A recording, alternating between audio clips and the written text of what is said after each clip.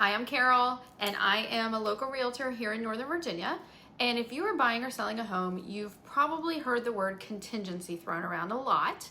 And today I want to tell you exactly what that means and why it is such a big deal in a real estate transaction. Let's dive in. So first, let's define contingency. A contingency is a condition that must be met in order for the contract to move forward. And if the condition is not met, then the buyer has the option of voiding the contract. In Northern Virginia, we have several pretty common contingencies that give buyers the right to void.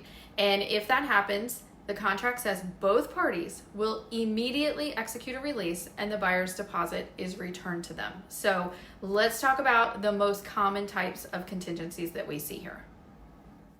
The first contingency we typically see is the review of HOA or condo document period. This is a statute that is built into Virginia law, and it says that sellers have to provide the resale disclosure package to the purchaser after contract ratification. And the buyers have a predefined number of days in which to review those documents. Usually it's 3 days. Now, I call this contingency the buyer's get out of jail free card. If they have buyer's remorse, they void on HOA docs. If they have cold feet, they void on HOA docs. If they see a prettier house the next day, they can void on HOA docs. So as a seller, you want that clock to start ticking as soon as possible. So don't wait until you have a ratified contract to order the documents. As soon as we list your house and you start getting showings, you should be ordering those documents because the HOA has 10 to 14 days to prepare the package for us. And if we deliver that package 14 days into your contract and the buyer voids on day 3, you are going to be very unhappy. So order the HOA docs very early. Let's clear that contingency as quickly as possible. Your next time frame is typically going to be the inspection time frame, and that's going to include home inspection, radon testing, well and septic, any type of inspection.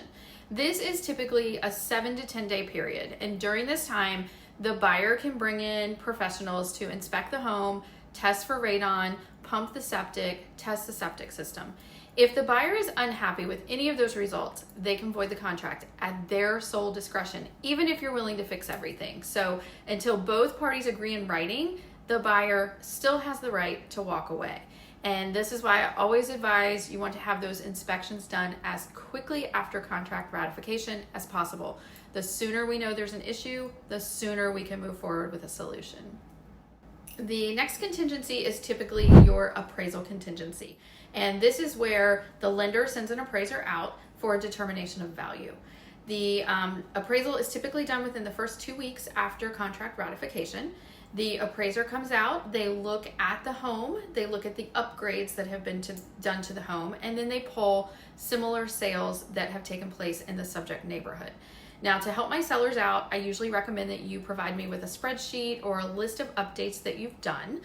You want to put the project name, the approximate cost of the project, and the date that you did the update. Most of the time, the appraisers will assign a heavier weight to any updates that have been done in the last 1 to 5 years. So once the appraiser comes out, the determination of value is solely left to that appraiser. It seems unfair, I 100% agree, but the appraiser's determination of value is what is going to govern the contract. So if we have an issue and if the appraised value does not meet the sales price, we have a few options. The first option is the buyer always comes back and says, okay, the house didn't appraise. We want you to drop your sales price to meet the appraised value. We usually go back as a seller, as a listing agent. I go back to the buyer agent and I say, okay, we don't want to do that. Let's negotiate a mutually acceptable price. If we can't negotiate a mutually acceptable price, then the buyer has the option of voiding the contract. It is never in anyone's best interest to void the contract at this point in time, so usually what we prefer doing is negotiating to a mutually acceptable price. It may not be what you initially got, but it's going to get you in the ballpark. And usually our last hurdle is the financing contingency. When an offer comes in, the buyer has typically been pre-approved. So every buyer comes in, agents are not going to waste their time with someone not pre-approved.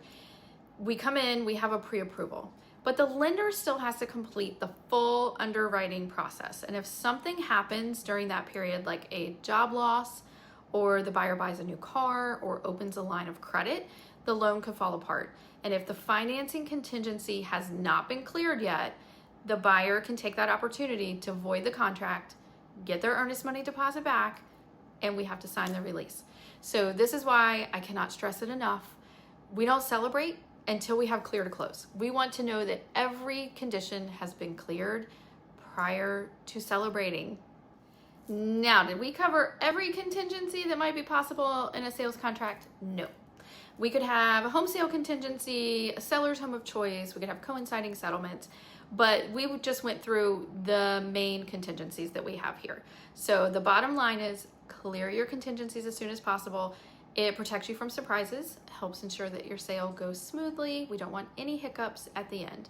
And if you are planning to sell your home in Northern Virginia, I would love to be the one to walk you through the process. I'm Karyl Allen. Thank you for watching. Hit the subscribe button and share these videos with your friends.